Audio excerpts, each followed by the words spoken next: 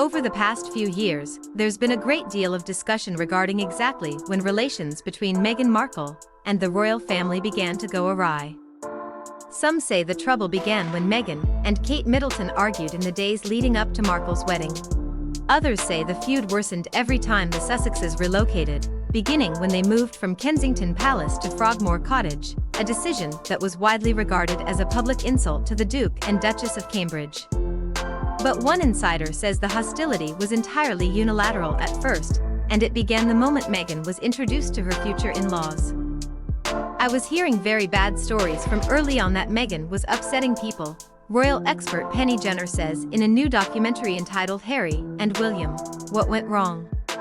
Jenner says that the royals quickly concluded that Meghan was not as charming as she seemed in her television appearances. She adds that the royals were not alone in their disgust with Meghan's showbiz-y approach to her new life as a member of the world's most famous family. "Our royal family are not celebrities. They are working members of a public institution," Jenner stated, adding that she considers Meghan's interview with Oprah Winfrey to be the nail in the coffin in terms of the Duchess' relationship with her in-laws.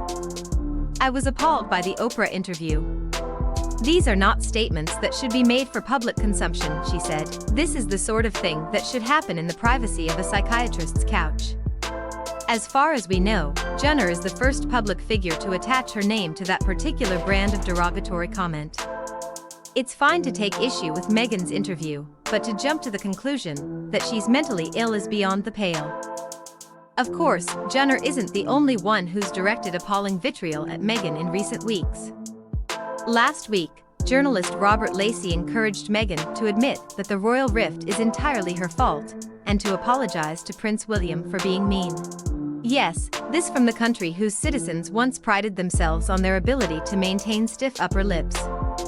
"It's very regrettable that Meghan doesn't withdraw just a little. Why can't she say it was the pressure?" Lacey asked.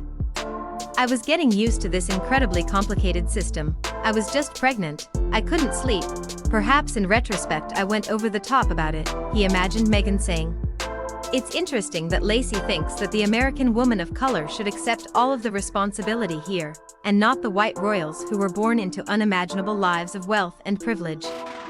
William has never had to publicly take responsibility for anything in his life, and royalist simps like Lacey think he should go right on being excused for his every problematic action.